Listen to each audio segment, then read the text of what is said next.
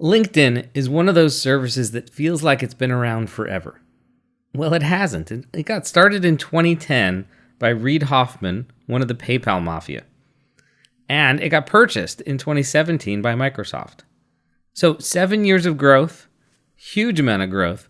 And one of the secrets to their success was their corporate culture. And it's very different from what you've seen before. Reid, he wrote a book called The Alliance that explains how it works. Imagine it's your first day of work at a new company. Your manager greets you, warm smile, so happy that you're here to join the company. Let me introduce you to the family, introduce you to the coworkers. Expects and talks about the long-term future we're going to have together, and you yourself talk about the long-term future you're expecting to have. But then they hand you off to HR. And in HR, that's where you have to fill out the paperwork, right? And the first thing you learn is that you're actually in a 90-day probation period. All your benefits don't start right now. They don't start for 3 months. And after 3 months, well, you're probably an at-will employee, which means you can be fired at any time for any reason or for no reason at all. So here's the disconnect, right? This is a huge disconnect in modern employment in that you are expected to be loyal to this company despite the fact that they can fire you at any time, and despite the fact that you're likely to leave at any time as well. Right? So that itself is a dishonest core relationship, a dishonest conversation that you and your employer are having. And that's a problem, right? It's a problem because employers get upset when people leave, right? They lose the valuable people and they don't understand why. And employees, well, they can't be 100% invested in what they're doing because every few years they're out looking for the new opportunity. And not only are they looking for it, they're looking for it in secret because it's not expected that they leave. Managers, they can't do much with this, right? There's nothing they can do. They're not empowered to do anything to help these employees be better employees and stay longer at the company. And just be clear, they're doing the same thing, right? They're coming and going as well. And so no one, neither side of this relationship are looking at the long term. They're not looking 5-10 years out at what's best for the company or what's best for them. Right? And this is why trust inside companies in terms of this employee-employer relationship is in an all-time low. Right? In fact, according to Gallup, 70% of workers in America are not engaged in their work. They're not happy at work. They would rather be working somewhere else. And a business without trust is not making those decisions that are best for the next 5, 10, 15, 20 years, right? And this is why companies are not thriving the way they should. So, according to Reid and friends, it's time to redo this in a different way, right? To do this in a totally different style relationship. And they explain in great detail in this book, The Alliance, how to do it. So again, let me walk you through it. I'm not Reid Hoffman. But I'll walk you through his book. All right. Now, core fundamental idea is that it used to be true that you would join a company and you would stay there for 20, 30, 40 years, right? Your whole career. And that's just not true anymore. And it's also true that since that's not true, since people are not staying forever, the people you work with are not your family, right? You're stuck with your family forever, but you're not stuck with these coworkers. They're likely to leave in the next year or two, and you're likely to leave in the next 2 or 3 years. So the solution is to stop thinking about employees as families and doing something else. And so what Reid is suggesting is you think of them as allies on a tour of duty. So let's work on that first part. What does it mean to be an ally? Allies as an alliance. The employer-employee deal, right? The employment agreement should be mutually beneficial to both sides with explicit terms on what's expected of that relationship. And it should be negotiated on both sides, not just from employer to employee, take it or leave it. The deal should have value to both sides. So the employee should be saying, I want this job because it will help me in this way in my career. And the employer should be saying, I want you to be my employee because I need your skills to help this company in a certain way. With all the employees being signed up to help a company accomplish its goals, the company should have a better chance of success, right? And in exchange, the value of the employee should go up because they have helped create more successful companies. So if you do that, you get a mutually beneficial alliance that's core value is based on trust and transaction. And if you do this as the employer, well, then you can take risks on employees that you normally wouldn't pick. You can take a risk on an employee that will give you some short-term gain or long-term gain, depending on what you need.